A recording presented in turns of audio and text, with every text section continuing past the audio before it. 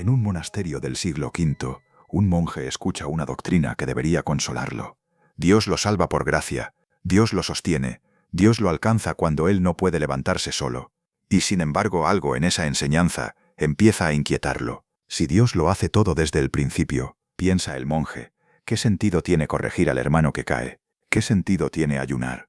¿Qué sentido tiene vigilar el alma durante la noche? ¿Qué sentido tiene luchar? Esa pregunta viaja desde África hasta Marsella, desde las cartas de Agustín hasta los monasterios de la Galia, desde Casiano hasta Orange. Y si te quedas, vas a ver cómo una discusión antigua toca una de las preguntas más íntimas de cualquier vida espiritual. Cuando decides volver al bien, a Dios y a la verdad, esa decisión empezó en ti, o alguien ya estaba llamando antes. Te doy la bienvenida a un nuevo episodio de Almas de la Historia. Si te gusta lo que hacemos, recuerda darle un me gusta a este episodio y compartir tus impresiones en los comentarios. Y ahora sí, hablemos de la gracia de Dios. Capítulo 1. El anciano que hizo temblar a los monjes. El 1 de mayo del año 418, en Cartago, los obispos africanos se reunieron en el secretarium de la Basílica de Fausto. El secretarium era una sala de trabajo episcopal, un espacio reservado donde se tomaban decisiones que después podían pesar sobre iglesias enteras. Presidía Aurelio, obispo de Cartago. El asunto tenía un nombre propio que desde hacía años agitaba las conversaciones cristianas de Occidente: Pelagio. A esas alturas, Pelagio ya era mucho más que un monje britano con fama de hombre austero. Se había convertido en una pregunta caminando por el Mediterráneo. ¿Qué puede hacer el ser humano con su voluntad? ¿Hasta dónde llega la libertad? ¿Qué significa obedecer a Dios si la naturaleza humana ha quedado herida por el pecado? Pelagio quería tomarse en serio el mandamiento. Si Dios manda vivir justamente, pensaba él, entonces el hombre debe poder hacerlo. Dios no ordena cosas imposibles. La vida cristiana exige esfuerzo real, elección real y responsabilidad real. En apariencia, aquello sonaba limpio, incluso noble. A muchos les resultaba insoportable una fe que hablara demasiado de debilidad humana y demasiado poco de disciplina. Pelagio tenía la fuerza de quienes obligan a los demás a preguntarse si están usando la gracia como coartada para la mediocridad. Agustín vio otra cosa. Desde Hipona, aquel obispo africano que había escrito sobre su propia voluntad rota en las confesiones, entendía el problema desde dentro. Conocía demasiado bien la distancia entre ver el bien y hacerlo. Había sentido en sí mismo aquella división extraña por la que una persona puede saber que debe amar, pero seguir atada a lo que la destruye. Para Agustín, el hombre caído conservaba voluntad, inteligencia, deseo, memoria y responsabilidad. Pero su centro estaba torcido. Necesitaba algo más profundo que una instrucción moral. Necesitaba ser sanado. Por eso la controversia contra Pelagio nunca fue una simple pelea sobre optimismo o pesimismo. Era una disputa sobre la gravedad de la herida humana. En Cartago, los obispos africanos rechazaron las tesis asociadas a Pelagio y Celestio. Los cánones defendieron el bautismo de los niños para remisión de los pecados. Afirmaron que la gracia ayuda a no pecar, y declararon que sin la gracia de Dios el ser humano no puede hacer ningún bien salvador. La reunión se dirigía contra Pelagio y Celestio, y la tradición conserva esa asamblea como un punto fuerte de la respuesta africana al pelagianismo. La condena parecía cerrar una puerta. En realidad abría otra, porque una vez que se afirma que la gracia es necesaria, surge una pregunta más fina. ¿Cuándo empieza a actuar esa gracia? ¿En qué instante entra? Si llega cuando el hombre ya ha querido creer, si responde a una primera disposición buena nacida en el corazón humano, si se suma al esfuerzo de quien ya ha empezado a buscar, o si se adelanta incluso a eso, si trabaja en la voluntad antes de que la voluntad pueda mirarse a sí misma y decir, estoy volviendo. Ahí empieza nuestro episodio. Pelagio había hecho una afirmación que Agustín no podía aceptar. El hombre podía iniciar su camino hacia Dios desde una libertad capaz de obedecer por sí misma. Agustín respondió llevando la cuestión hacia el fondo de la voluntad. Para él, la gracia no era una decoración añadida al esfuerzo humano. Tampoco era una simple ayuda externa, como una mano que llega cuando el hombre ya ha dado el primer paso. Era la fuerza interior que hace posible querer bien. Esta diferencia parece pequeña cuando se formula en abstracto. Dentro de una vida concreta lo cambia todo. Imagina a un cristiano que empieza a rezar después de años de frialdad. Imagina a un hombre que una mañana siente vergüenza de su vida y desea cambiar. Imagina a una mujer que oye el Evangelio y descubre, con una claridad repentina, que quiere recibir aquello que escucha. La pregunta de Agustín cae justo ahí. Ese primer deseo, esa vergüenza, esa apertura, esa sed, ¿de dónde viene? Pelagio habría respondido que viene de la voluntad humana, asistida después por Dios. Agustín empezaba a decir algo más inquietante. Si ese deseo conduce de verdad hacia Dios, Dios ya estaba actuando en él. La victoria africana contra Pelagio tenía entonces un precio intelectual. Cuanto más se protegía la gratuidad de la gracia, más presión caía sobre la libertad humana. Y esa presión no tardó en llegar al lugar donde más podía doler: un monasterio. Adrumetum estaba en la provincia africana de Bizacena, en la costa del actual Túnez. Era una ciudad marítima, suficientemente integrada en la vida cristiana africana como para que una disputa doctrinal pudiera alcanzar allí un monasterio. El nombre que aparece en las fuentes es Valentín, abad de la comunidad. Otro nombre importa todavía más en el arranque del conflicto: Florus, un monje amigo de Agustín. Florus viajó y envió a sus hermanos una carta larga que Agustín había escrito en el 418 al presbítero romano Sisto, el futuro Papa Sisto III. Aquella carta defendía con fuerza la gratuidad de la gracia, negaba que hubiera méritos previos antes de recibirla y hablaba de la fe como don de Dios. El efecto fue áspero. Según la tradición a partir de las fuentes antiguas, varios monjes reaccionaron con enojo, acusando a Florus y a quienes seguían a Agustín de vaciar el libre albedrío, de hacer inútil la corrección monástica y de comprometer la idea de que cada persona sería juzgada según sus obras. La escena vale más que una definición. En una comunidad monástica, corregir era parte de la arquitectura espiritual. Un hermano veía a otro caer en la soberbia, en la murmuración, en la negligencia o en el abandono de la oración. Entonces lo llamaba, lo reprendía y lo ayudaba a volver. Esa vida se sostenía sobre una convicción práctica. El hombre puede ser advertido, puede escuchar, puede arrepentirse, puede levantarse. Entonces entra una carta que dice que la fe es don gratuito, que la perseverancia depende de Dios, que el mérito humano no precede a la gracia. Algunos monjes oyen ahí una amenaza directa. Si Dios concede la perseverancia a unos y no a otros, ¿qué hacemos con el hermano que cae? Si su permanencia depende de un don misterioso, ¿qué valor tiene nuestra palabra? Si la gracia decide desde dentro, ¿por qué reprender? ¿Por qué exhortar? ¿Por qué disciplinar? La pregunta tenía dientes, y es comprensible.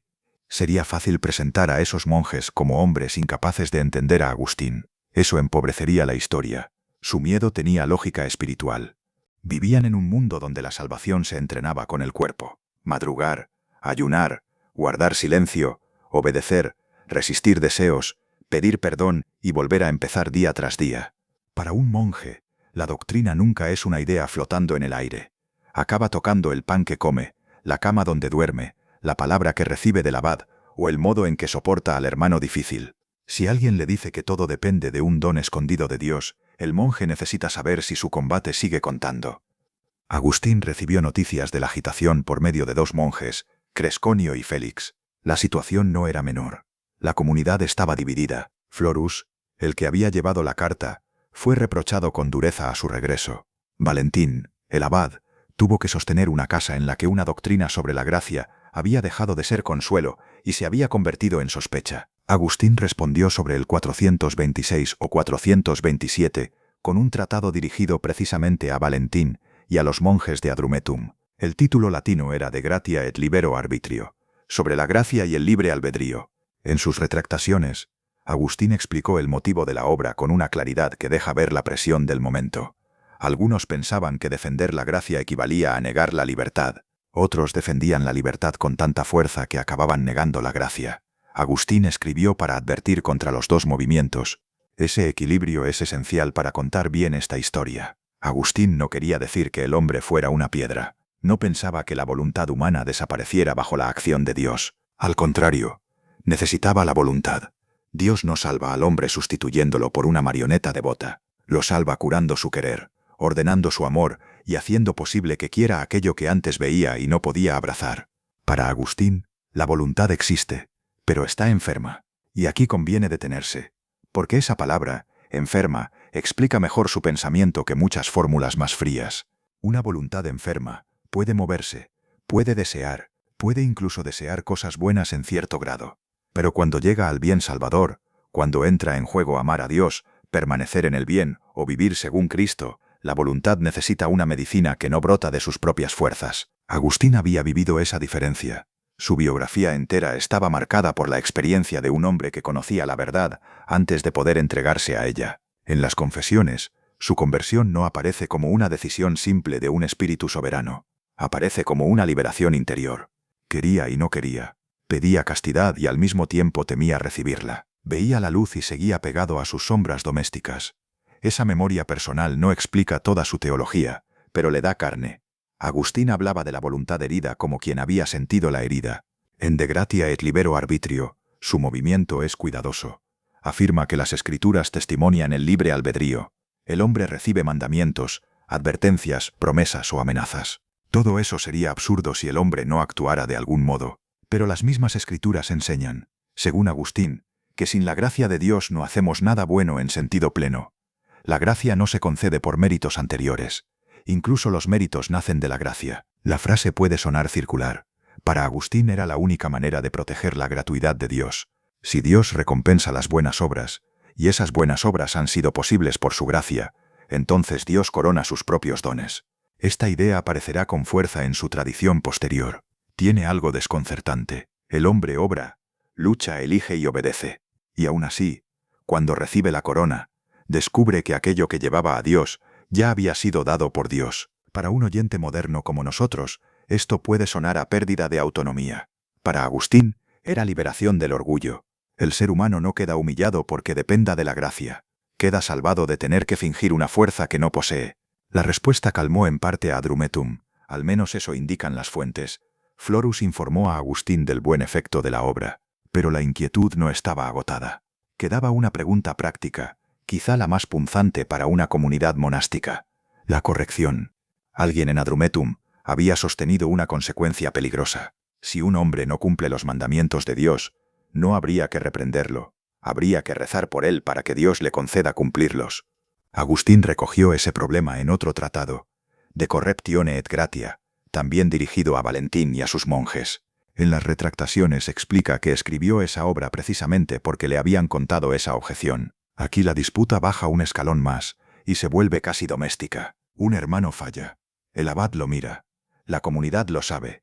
Hay un gesto que hacer o una palabra que decir.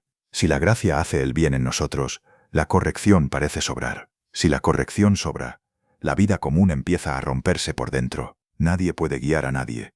Nadie puede advertir a nadie. Cada caída queda envuelta en un misterio inmóvil. Agustín se niega a aceptar esa parálisis. La corrección, dice en sustancia, conserva sentido porque Dios actúa por medios. Una palabra humana puede ser el instrumento de una gracia divina. El abad que reprende no compite con Dios. Puede estar siendo usado por Dios. La advertencia que despierta vergüenza, la frase que hiere con justicia, o la llamada que devuelve al hermano a su sitio. Todo eso puede formar parte del modo en que la gracia alcanza una voluntad. Agustín no responde a los monjes diciendo que sus prácticas carecen de valor. Les dice que su valor depende de Dios de una manera más profunda. Corregir sirve porque Dios puede servirse de la corrección. Exhortar sirve porque Dios puede servirse de la exhortación. La disciplina sirve porque la gracia no flota por encima de la vida, trabaja dentro de ella. La obra sobre la corrección y la gracia resume esa tensión con una precisión que explica la fuerza del conflicto. Agustín enseña que la gracia libera del mal y que sin ella los hombres no hacen bien alguno. También sostiene que la reprensión de quien obra mal no es injusta, porque el mal procede de su voluntad. Tampoco es inútil, porque solo por la acción de Dios puede ser aprovechada. La perseverancia final aparece como un don, y aún así la corrección del que no persevera no debe abandonarse. La frase que debemos guardar aquí es sencilla. Para Agustín, la gracia no elimina la corrección, la hace posible. Pero la solución tiene un filo difícil. Agustín afirma que la perseverancia en el bien hasta el final es un gran don de Dios. También admite que el motivo por el que uno recibe ese don y otro no lo recibe, permanece dentro de los juicios insondables de Dios. Esa palabra, insondable, conserva la incomodidad. Y Agustín la conserva porque prefiere dejar una zona oscura en Dios antes que entregar el comienzo de la salvación al orgullo humano. Aquí aparece el Agustín que va a inquietar a generaciones enteras. No es el joven profesor de retórica que busca carrera en Milán. Tampoco el converso recién salido del jardín. Es el obispo anciano de una ciudad norteafricana, cargado de polémicas, cartas, sermones, enemigos doctrinales y heridas pastorales. Ha combatido a los maniqueos, a los donatistas y ahora a los pelagianos. Ha visto cómo una idea religiosa puede dividir iglesias, familias y ciudades. Sabe que una palabra mal colocada puede deformar la fe de una comunidad. Y aún así, cuando toca hablar de la gracia, prefiere arriesgarse. ¿Por qué lo hace? Porque a sus ojos, El peligro pelagiano era demasiado grande. Si el hombre conserva en sí mismo el poder de iniciar su retorno a Dios, entonces la gracia empieza a parecer respuesta a una iniciativa previa. Dios ayudaría a quien primero quiso. Dios coronaría una disposición nacida en la naturaleza. El primer mérito quedaría en manos humanas. Agustín no puede conceder eso. Para él, el ser humano caído puede tener movimientos nobles, afectos naturales, decisiones morales y gestos justos en el orden humano. Pero cuando se trata de la fe que salva, de la caridad que une con Dios, o de la perseverancia que atraviesa toda una vida, la fuente está en Dios. La palabra clave todavía tardará en convertirse en el centro visible de la controversia gala, pero ya se escucha desde aquí. Initium fidei, el comienzo de la fe. Esa expresión apunta al instante más difícil de localizar, antes de la confesión pública, antes del bautismo adulto, antes de la vida disciplinada, antes incluso de la oración clara. El momento en que algo empieza a orientarse, un deseo que nace, una resistencia que cede, una súplica que todavía no sabe formularse, una vergüenza que se vuelve camino, una escucha que se abre. Agustín empuja la gracia hasta ese lugar. En su lógica, si el hombre empieza por sí mismo y Dios responde después, la salvación queda apoyada en un primer gesto humano que no habría sido don. El edificio entero tendría una piedra inicial colocada por la naturaleza caída. Para Agustín, eso abre una fisura, pequeña al principio, enorme al final. Por eso su doctrina se vuelve cada vez más exigente. La fe no es premio de una buena voluntad anterior. La buena voluntad que lleva a la fe ya es obra de Dios. La oración que pide gracia nace porque la gracia ya ha tocado. El hombre llama porque ha sido llamado. Busca porque ha sido buscado. Se vuelve porque algo en él ha sido vuelto hacia Dios. Dicho así, la idea tiene una belleza severa, pero también tiene una dureza pastoral que nadie podía ignorar. Los monjes de Adrumetum habían sentido esa dureza. Ellos no estaban discutiendo un matiz académico. Se preguntaban por el sentido de su vida. La vida monástica se apoya en la convicción de que el alma puede ser trabajada. Se madruga para rezar porque la oración forma. Se ayuna porque el cuerpo educa al deseo. Se obedece porque la voluntad aprende a no adorarse a sí misma. Se acepta corrección porque nadie se ve completo desde dentro.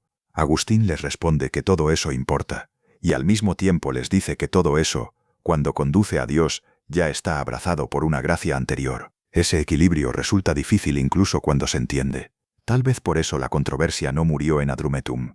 Allí se calmó, al menos durante un tiempo, pero la pregunta quedó viva. Un monasterio africano había mostrado que la doctrina de la gracia, llevada hasta el fondo, podía asustar a personas sinceras. En el año 430, Agustín murió en Hipona mientras los vándalos asediaban la ciudad. El obispo anciano dejaba atrás una obra inmensa y una pregunta encendida. La ciudad resistía tras sus muros. Sus libros ya viajaban más lejos que cualquier muralla. Agustín moría sin ver la fase siguiente del conflicto. La pregunta saldría de África, cruzaría hacia la Galia. Allí, en Marsella y en Lerins, otros monjes aceptarían la necesidad de la gracia y se negarían a entregar del todo la primera chispa. Capítulo 2. La voluntad ante la puerta de Dios.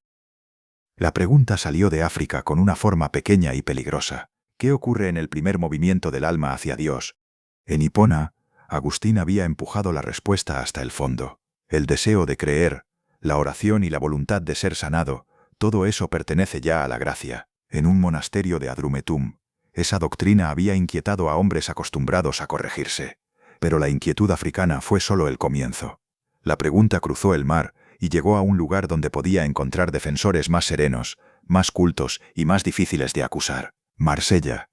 En el siglo V, Marsella era una ciudad antigua, abierta al Mediterráneo, acostumbrada al comercio, a los viajeros y a las mezclas de lengua y de memoria. Había nacido como colonia griega muchos siglos antes. En tiempos cristianos, seguía mirando al mar como quien sabe que las ideas llegan en barco.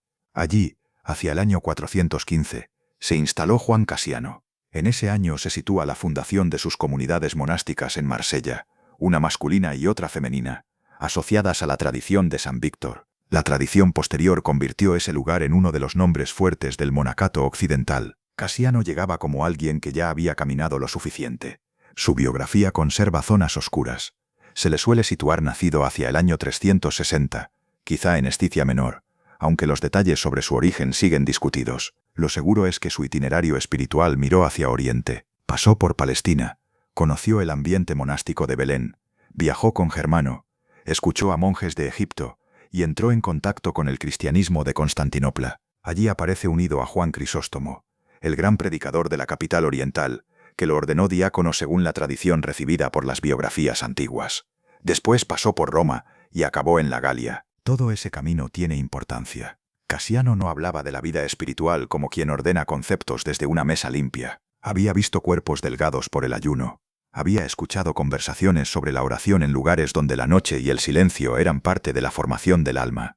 Había conocido a hombres para quienes la tentación era una presencia diaria, casi física, en la comida, en el sueño, en la imaginación y en la obediencia. Cuando escribió sus instituciones y sus conferencias, estaba trasladando a Occidente una memoria del desierto. Las instituciones tratan la organización externa de la vida cenobítica y la lucha contra los vicios principales. Las conferencias presentan diálogos espirituales con padres del desierto, en los que la vida interior se estudia como un territorio lleno de peligros. Un detalle conviene fijarlo desde el principio. Casiano aceptaba la necesidad de la gracia. En sus escritos, el monje necesita ayuda divina para combatir los vicios, alcanzar la pureza de corazón y sostener la oración. Por eso retratarlo como un Pelagio con túnica egipcia sería injusto. La investigación moderna ha insistido precisamente en este punto. Casiano comparte con Pelagio una defensa fuerte del libre albedrío, pero su visión no presenta una voluntad que funcione de manera independiente de la gracia. La justicia histórica empieza ahí. Casiano no quería regresar a Pelagio. No quería decir que el hombre se salva por la fuerza limpia de su naturaleza. No quería una santidad fabricada con orgullo. Quería proteger una verdad que para un monje era tan real como el pan de cada día. El alma responde, el hombre se levanta, la voluntad coopera. El mandato de Dios llama a una criatura capaz de escuchar. La dificultad aparece cuando esa defensa toca el primer movimiento. En Marsella, la vida cristiana no podía entenderse como pura espera. Un monje se levantaba para rezar antes de que el cuerpo lo pidiera. Resistía el sueño. Callaba cuando quería hablar. Ayunaba cuando quería comer. Confesaba pensamientos vergonzosos al anciano que lo guiaba. Aprendía a detectar en sí mismo movimientos casi invisibles de soberbia, vanidad, tristeza o deseo de reconocimiento. Esa vida entera suponía que el alma participa en su curación. Si Agustín decía que incluso el primer deseo bueno venía de la gracia, el monje galo podía preguntar con inquietud qué quedaba de esa participación. Si la gracia empieza antes de todo querer, la voluntad parece llegar tarde a su propia conversión. Casiano intentó sostener las dos cosas.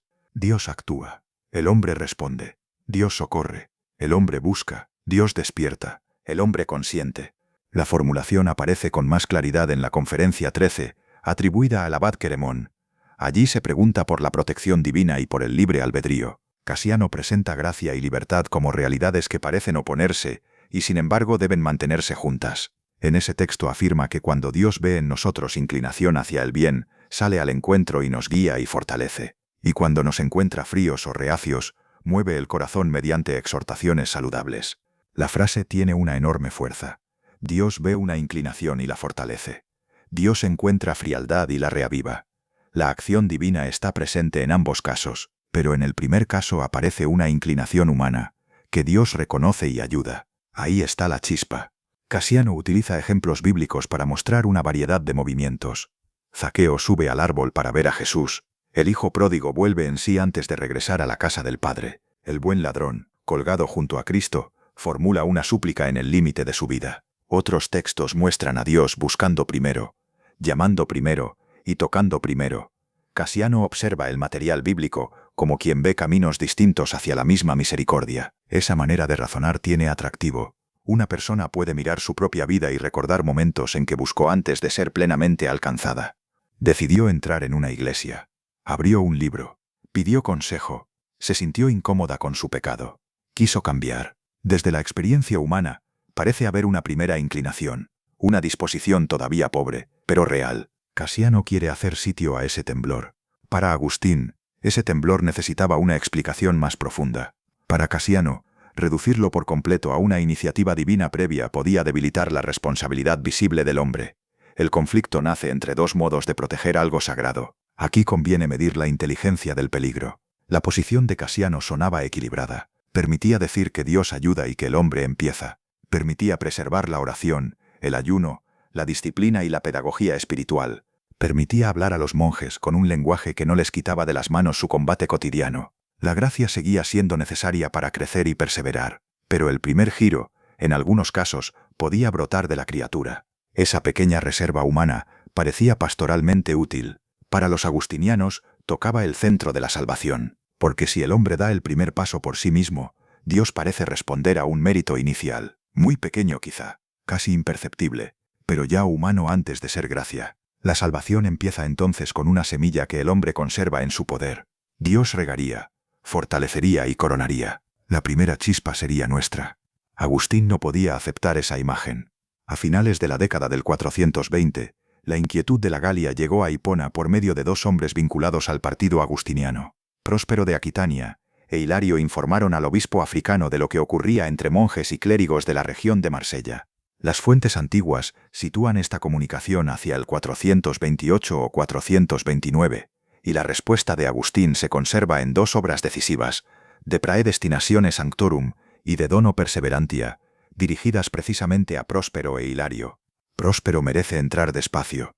No era obispo, no ocupaba una gran sede, era un laico culto, nacido probablemente en Aquitania, con suficiente formación teológica y literaria como para convertirse en uno de los defensores más persistentes de Agustín. Era un discípulo de la doctrina agustiniana de la gracia, activo en la polémica contra los llamados semipelagianos y autor de textos contra ellos. Su papel fue incómodo y decisivo. Allí donde Casiano veía una armonía entre gracia y libre albedrío, Próspero olía una concesión peligrosa. Tenía la sensibilidad del guardián que detecta una grieta en un muro recién reparado. El pelagianismo había sido combatido con enorme esfuerzo. Ahora, pensaba él, volvía por un camino más fino. No negaba la gracia, la dejaba llegar después. La fórmula que preocupaba a Próspero podía resumirse así: el aumento de la fe viene de Dios. La perseverancia necesita gracia. La ayuda divina es indispensable para avanzar, pero el comienzo de la fe, el impulso inicial, puede surgir del libre albedrío.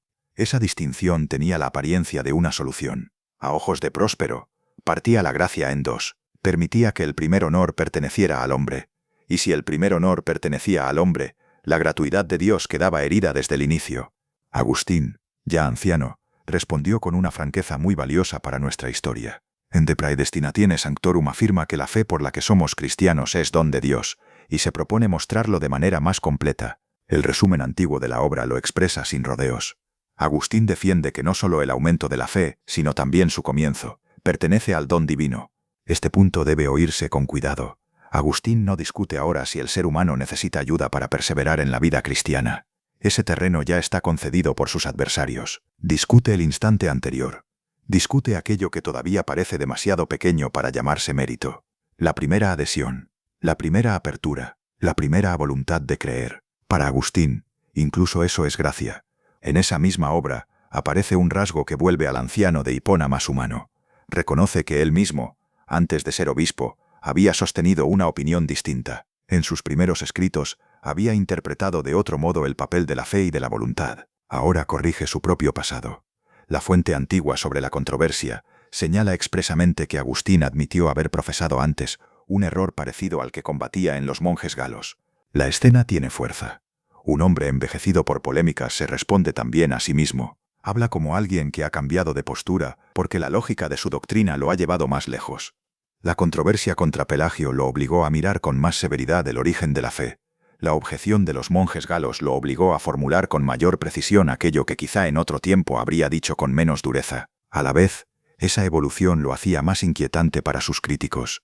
Podían pensar que Agustín había ido demasiado lejos, que la lucha contra Pelagio había empujado al obispo africano hacia una doctrina difícil de armonizar con la experiencia común del esfuerzo espiritual. En la Galia, muchos no se sentían derrotados por sus argumentos. Se sentían alarmados por sus consecuencias. El segundo tratado dirigido a Próspero e Hilario, De Dono Perseverantia, apretaba todavía más la cuestión. Allí Agustín defendía que la perseverancia hasta el final es don de Dios. Si se pide en la oración, argumenta, es porque se cree que Dios puede darla.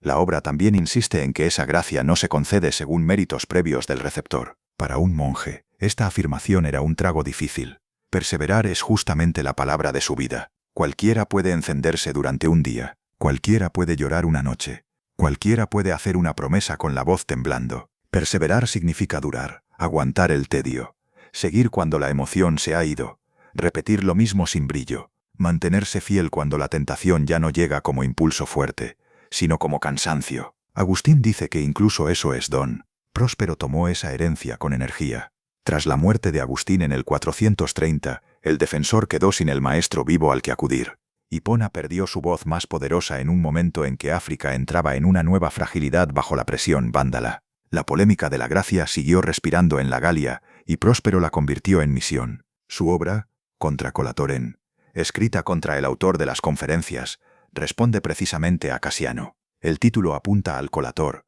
el conferenciante, es decir, al hombre cuyas conferencias transmitían esa doctrina de cooperación entre gracia y libre albedrío. La tradición identifica ahí el ataque de Próspero a la conferencia 13 de Casiano. Ahora bien, la fuente polémica debe leerse con cuidado. Próspero combate, y quien combate tiende a simplificar al adversario para poder alcanzarlo. Un estudio moderno de Agustín Casiday advierte que Próspero acusa a Casiano de propagar pelagianismo, mientras Casiano fue en realidad un crítico explícito de Pelagio. Esa cautela es de ayuda para comprender el proceso real de la controversia. La historia gana fuerza cuando deja de repartir máscaras. Próspero no era un fanático sin razón. Veía de verdad una amenaza.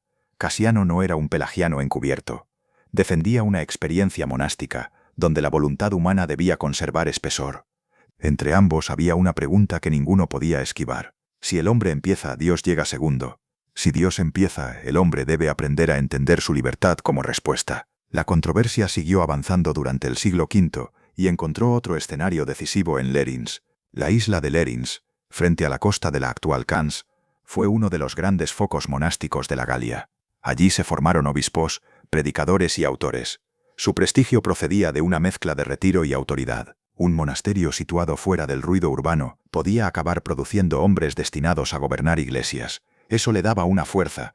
Lerins era separación del mundo, y al mismo tiempo cantera de dirección eclesial. En ese ambiente apareció Fausto de Riez. Fausto había sido monje, después abad de Lerins y más tarde obispo de Riez. Murió hacia el año 490. Fausto desplaza la controversia a otra fase. Con Casiano, la postura intermedia conserva la textura de una conferencia espiritual. Con Fausto, adquiere densidad episcopal. Ya no estamos ante una intuición de monjes preocupados por la vida interior. Estamos ante una doctrina defendida por un obispo formado en una de las escuelas monásticas más respetadas de la Galia. Su obra sobre la gracia y el libre albedrío nació en un contexto donde también preocupaba el extremo predestinacionista. En la Galia circulaban temores ante quienes parecían enseñar una predestinación tan rígida que la exhortación, la penitencia y la responsabilidad quedaban debilitadas. Fausto quiso combatir a Pelagio y también a los predestinacionistas. Para él, la libertad humana no podía ser aplastada. La gracia acompaña, ayuda, ilumina y robustece, pero Dios respeta la estructura de una criatura que puede desear desde su propia voluntad. Fausto intenta mantener en pie la cooperación entre la acción divina y la voluntad humana. Su problema, leído desde Orans y desde la tradición agustiniana posterior, consistirá en dejar un espacio demasiado propio al primer movimiento del hombre. Esa palabra, espacio, resume el corazón del conflicto. Los galos no querían expulsar la gracia, querían reservar una cámara inicial para la voluntad, un lugar mínimo en el que el hombre pudiera comenzar a buscar antes de ser plenamente sostenido. A sus ojos, ese espacio protegía la justicia del juicio divino, la seriedad de los mandamientos, el sentido de la predicación y la dignidad del combate espiritual. Próspero y los agustinianos veían ahí otra cosa, veían el nacimiento de un mérito anterior a la gracia, una rendija por la que el orgullo humano podía entrar con gesto humilde. La fuerza de Fausto procedía de una preocupación pastoral reconocible. Si a los fieles se les habla de una predestinación oscura, podían caer en desesperación o descuido. Si se les dice que Dios lo inicia todo, podían entender que su respuesta apenas cuenta. Si se les insiste en que deben convertirse, rezar, luchar y perseverar, hace falta que esas palabras signifiquen algo real. Fausto quería sostener ese realismo moral. La pregunta de Agustín regresaba como una sombra. ¿Qué significa real cuando hablamos de la voluntad herida?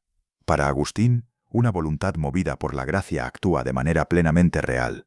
Para Fausto y los galos, una voluntad que recibe incluso su primer deseo desde Dios parecía perder el comienzo de su propia respuesta. Esto podemos entenderlo mejor con una imagen sencilla. Un hombre está ante una puerta. Detrás de esa puerta está Dios. El hombre levanta la mano para llamar.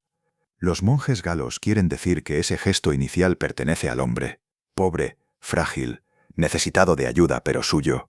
Agustín quiere decir que si esa mano se levanta hacia Dios, Dios ya ha tocado antes la mano. La diferencia parece invisible, pero decide toda la doctrina. Durante décadas, el conflicto vivió en cartas, tratados, memorias monásticas, acusaciones y defensas. La palabra semipelagianismo todavía no era el nombre que usaban esos hombres. Esa es una terminología del siglo XVII aplicada después a aquel movimiento antiagustiniano del sur de Francia. Ese dato ayuda a limpiar la mirada. Casiano no se levantó una mañana como semipelagiano. Fausto no escribió pensando en llevar una etiqueta que aún no existía. Los adversarios hablaron de masilienses, de reliquias del pelagianismo o de enemigos de la gracia. La historia posterior pegó un rótulo. El rótulo orienta pero también endurece. Los protagonistas vivieron algo más turbio y más humano. Vivieron una disputa dentro de un cristianismo que intentaba comprender cómo se salva una criatura, un hombre que ha pecado, una mujer que quiere cambiar, un monje que se examina cada noche, un predicador que llama a la conversión, un obispo que teme que la gracia se vuelva pretexto de abandono, un discípulo de Agustín que teme que la libertad se convierta en raíz secreta de orgullo. Marsella y Lérins no querían entregar la vida espiritual a la pasividad. Hipona no quería entregar a la criatura el primer honor de su salvación. Entre ambas preocupaciones se fue formando una de las disputas más finas del cristianismo occidental.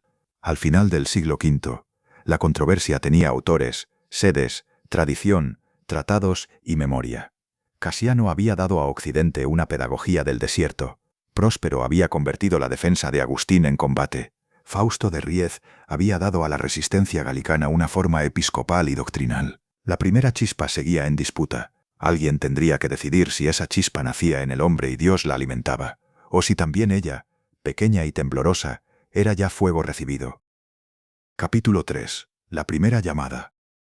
Antes de llegar a Orange hay que detenerse en Arles. La ciudad estaba cerca de la desembocadura del Ródano, en una zona donde el Mediterráneo todavía se sentía como una vía de comunicación y de peligro. Durante los primeros años del siglo VI, Arles vivió entre presiones visigodas, ostrogodas, burgundias y francas.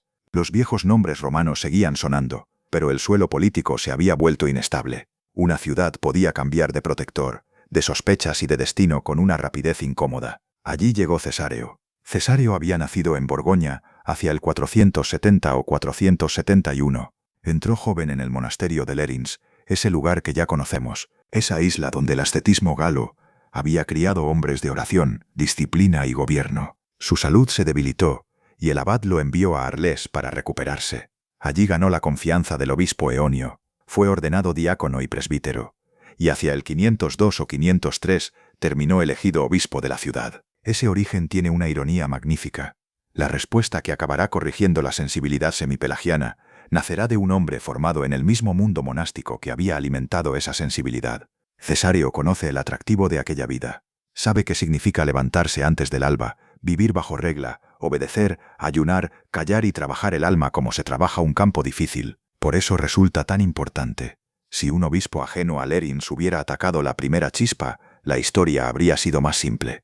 Un centro episcopal contra una espiritualidad monástica. Un poder institucional contra una sensibilidad ascética. Cesáreo rompe esa comodidad.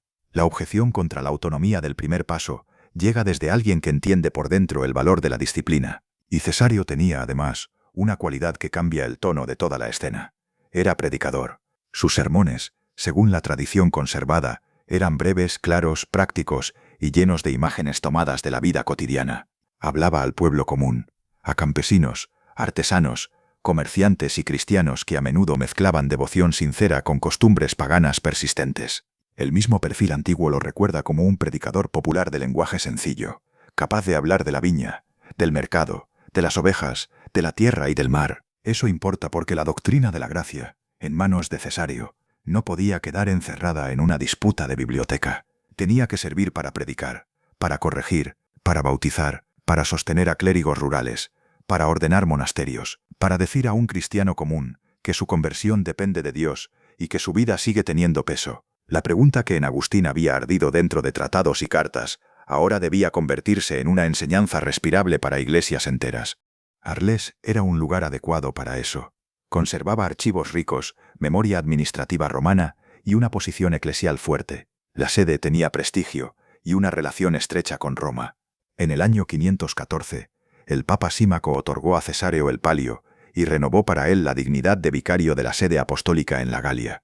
Ese dato le daba a su figura un peso que superaba la ciudad. Cesáreo podía convocar concilios y actuar como organizador de una disciplina eclesial más amplia. Durante años, presidió reuniones que marcaron la vida religiosa de la región. La tradición atribuye a Cesáreo un papel directo en varios concilios, y los decretos se vinculan en parte o por entero con su acción. El obispo que venía de Lerins se había convertido en un legislador de la Galia cristiana. Pero antes de Orans, otra sombra atravesaba el sur de la Galia, la sombra de una predestinación demasiado dura. Hacia el 475, Fausto de Riez había intervenido contra un presbítero llamado Lucidus. Las fuentes antiguas y la historiografía posterior presentan a Lucidus como defensor de posiciones predestinacionistas extremas. Fausto lo refutó en el concilio de Arles y recibió el encargo de escribir una obra sobre la gracia de Dios y el libre albedrío humano. Este episodio previo ayuda a entender la sensibilidad gala. Los monjes y obispos de la región temían a Pelagio, pero también temían una lectura de Agustín que sonara a destino cerrado. En ese miedo se formó buena parte del terreno del conflicto. Si Dios predestina de tal manera que la responsabilidad humana parece perder espesor, ¿qué queda de la exhortación? ¿Qué queda del arrepentimiento? ¿Qué queda de la predicación? ¿Qué queda del temblor del penitente ante el altar? Fausto quiso responder a ese peligro, y su respuesta, leída después desde Orans, quedó demasiado cerca de la primera chispa humana. Pero su preocupación nacía de una inquietud real. La Galia no quería una doctrina que convirtiera la vida moral en una escena ya decidida antes de toda lucha. Esto vuelve el desenlace más interesante. Orans tendrá que caminar entre dos precipicios. A un lado, la idea de que el hombre puede iniciar su salvación con fuerzas naturales. Al otro, la idea de que Dios empuja a algunos al mal por una decisión oscura. El concilio deberá afirmar la iniciativa absoluta de la gracia y cerrar la puerta al fatalismo. Cesáreo era el hombre exacto para intentar esa operación. Venía del monacato, conocía la disciplina, amaba a Agustín, predicaba al pueblo y gobernaba una sede capaz de convocar. Había aprendido que una doctrina necesita palabras precisas y manos pastorales, y que una verdad mal dicha puede convertirse en daño. En torno al año 528, Cesáreo presentó a Roma una serie de capitulas sobre la gracia. Aquella propuesta fue revisada, y máximas tomadas de Agustín por Próspero de Aquitania sustituyeron algunos materiales. El 3 de julio del 529, durante la dedicación en Orans de una iglesia construida por el prefecto pretoriano Liberio, Cesáreo sometió a 13 obispos una declaración sobre la gracia y el libre albedrío. Los obispos la firmaron y la enviaron a Roma. La escena no tiene el tamaño exterior de los grandes concilios ecuménicos. No hay emperador presidiendo una asamblea universal. No hay multitudes de obispos llegados de todos los extremos del Mediterráneo. No hay una palabra griega como homoousios clavada en la memoria de siglos. Orans fue una asamblea regional al sur de la Galia, dentro de una iglesia donde los viejos debates de Agustín seguían vivos. Y aún así, pocas reuniones pequeñas han tocado una fibra tan profunda. El concilio publicó 25 cánones. Los primeros tratan el pecado de Adán y el daño de la libertad humana. Luego vienen los textos que van directamente al punto que nos acompaña desde Adrumetum y Marsella: la oración, el deseo, la voluntad de ser purificado, el comienzo de la fe. El canon tercero afirma que la gracia de Dios no se concede como simple resultado de una oración nacida por sí misma, porque la misma oración verdadera procede de la gracia. El canon cuarto aprieta más: si alguien sostiene que Dios espera nuestra voluntad de ser limpiados, y no confiesa que esa misma voluntad viene por la infusión y operación del Espíritu Santo, entonces resiste al Espíritu. El texto cita la idea de que la voluntad es preparada por el Señor, y recuerda a Pablo diciendo que Dios obra en nosotros el querer y el obrar. Ahí la pregunta empieza a recibir respuesta. El hombre quiere ser limpiado, pero ese querer, si se orienta de verdad hacia Dios, ya ha sido preparado. La oración no es una moneda humana entregada para comprar ayuda divina. La oración misma nace de una visita. La súplica no inaugura la gracia, la revela. Luego llega el canon quinto. Ese canon toca el centro de toda la controversia. Afirma que el aumento de la fe, y también su comienzo, incluso el deseo mismo de creer, no pertenecen a la naturaleza humana como posesión propia, sino al don de la gracia por inspiración del Espíritu Santo. Ese Espíritu corrige la voluntad y la vuelve de la incredulidad a la fe. La primera chispa queda alcanzada. Casiano había querido hacer sitio a ciertos comienzos humanos. Fausto había defendido una cooperación donde la voluntad conservaba un espacio inicial. Orans cierra esa cámara secreta. el deseo de fe, el gesto interior por el que alguien empieza a abrirse, la disposición primera hacia la regeneración bautismal, todo eso pertenece a la gracia. La frase puede sonar dura si se escucha como una disminución del hombre, pero dentro de la lógica del concilio funciona de otra manera. Orans quiere impedir que el ser humano convierta su primer movimiento en mérito. Quiere afirmar que la salvación es don desde la raíz. Antes de que el hombre pueda presentarse ante Dios con algo en la mano, incluso la mano abierta ya ha sido tocada. El canon sexto amplía todavía más el círculo. Habla de creer, querer, desear, esforzarse, trabajar, rezar, velar, estudiar, buscar, pedir y llamar. Esa lista cubre casi toda la vida espiritual del monje. La oración nocturna, la vigilancia, la búsqueda, el golpe en la puerta. Orans afirma que todas esas acciones, cuando se ordenan como deben hacia Dios, proceden de la infusión e inspiración del Espíritu Santo en nosotros. Aquí el concilio entra directamente en el monasterio. El monje que vela, el asceta que trabaja, el catecúmeno que pide bautismo, el penitente que busca perdón, el cristiano que llama a la puerta, todos conservan gestos reales. Orans no borra sus cuerpos ni sus decisiones. Les dice que la fuente de esos gestos está más abajo de lo que imaginan. Cuando rezan, ya han sido movidos a rezar. Cuando buscan, ya han sido buscados. Cuando llaman, ya han sido atraídos hasta la puerta. El canon séptimo insiste en la misma dirección. Nadie puede formar una opinión recta o hacer una elección salvadora por fuerzas naturales sin la iluminación e inspiración del Espíritu Santo. El canon octavo añade que nadie viene a la gracia del bautismo por su libre albedrío natural, porque la libertad de todos ha quedado debilitada por el pecado del primer hombre. Orans está diciendo algo muy preciso. La voluntad humana sigue existiendo, pero su capacidad salvadora ha quedado dañada. Necesita ser liberada. La libertad en este lenguaje no es el punto de partida intacto. Es una realidad que Dios restaura. El canon 13 lo expresará con una imagen de restitución. La libertad perdida en el primer hombre solo puede ser restaurada por la gracia del bautismo. Lo perdido vuelve por obra de quien podía darlo. Este punto es importante, porque evita una lectura demasiado plana. Orans no enseña que el hombre sea un cadáver moral incapaz de cualquier movimiento humano. Habla de la salvación, de la fe, de la vida eterna y del retorno a Dios. En ese orden, la naturaleza dañada necesita gracia previa. El concilio no está interesado en anular todas las capacidades humanas. Está interesado en negar que esas capacidades por sí mismas puedan iniciar el camino salvador. La palabra técnica que la tradición posterior utilizará será gracia preveniente. Preveniente viene de praevenire, llegar antes. Es la gracia que precede, la que se adelanta, la que aparece antes de que el hombre pueda convertir su primer deseo en propiedad suya. En Orans, esa palabra ayuda a entender el desenlace. Dios llega antes. Pero la historia todavía tiene que cerrar la otra puerta, porque una afirmación tan fuerte de la iniciativa divina podía ser mal leída. Alguien podía decir que, si Dios empieza todo lo bueno, entonces quienes se pierden han sido empujados por Dios a perderse. Alguien podía convertir la gracia en un decreto oscuro.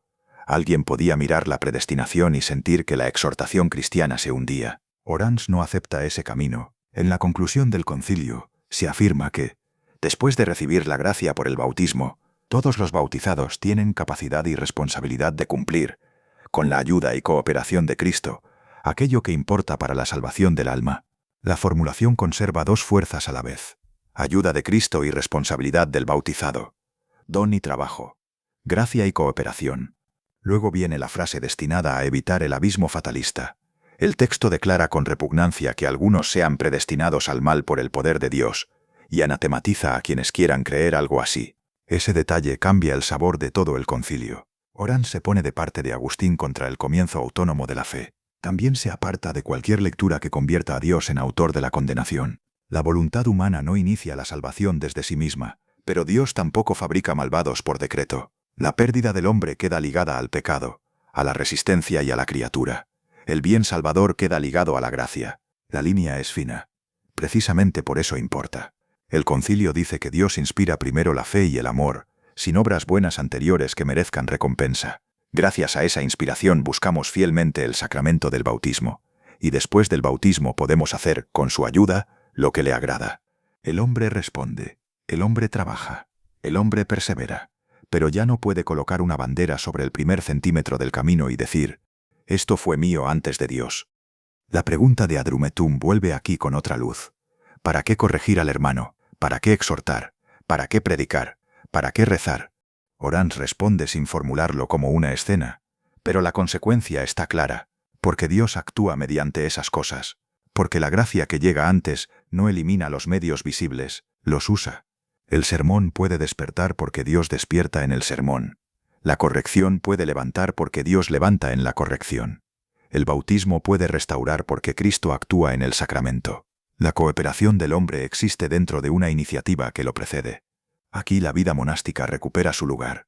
Sus vigilias, ayunos, lágrimas y obediencias no son teatro, son respuestas reales de una voluntad alcanzada. El monje no se queda sentado esperando que Dios lo mueva como una piedra. Se levanta porque ya ha sido llamado, y al levantarse coopera con aquel que lo llamó. Esta respuesta resulta más sutil que una victoria de partido. Casiano y Fausto pierden en el punto decisivo.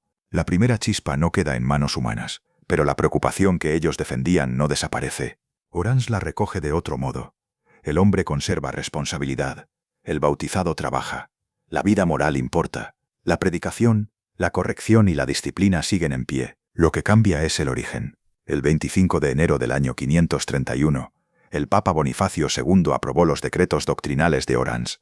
Con esa aprobación, una asamblea local del sur de la Galia adquirió un peso duradero en Occidente. Su lenguaje no tuvo la fama popular de Nicea. Sus cánones no suelen entrar en las conversaciones comunes sobre la historia cristiana. Pero bajo sus frases se cerraba una de las preguntas más persistentes de la espiritualidad occidental. ¿Quién empieza el camino de la fe? Orans respondió desde una precisión severa. Empieza Dios.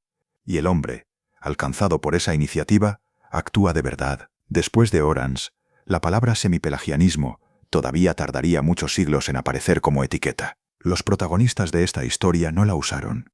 Casiano escribió como maestro espiritual. Fausto escribió como obispo galo preocupado por la libertad. Próspero combatió como discípulo de Agustín. Cesario actuó como pastor, legislador y predicador. La etiqueta posterior ayuda a ordenar el mapa, pero también puede endurecer rostros que fueron más complejos que su nombre de expediente. Lo que queda al final es una escena interior. Un hombre cree que se ha levantado hacia Dios. Recuerda el día en que sintió vergüenza de su vida, la mañana en que quiso rezar, la noche en que pidió ayuda, el instante en que decidió llamar a la puerta. Orans le pide que mire otra vez. Aquella mano levantada ya había sido tocada antes de llamar. Gracias por escuchar.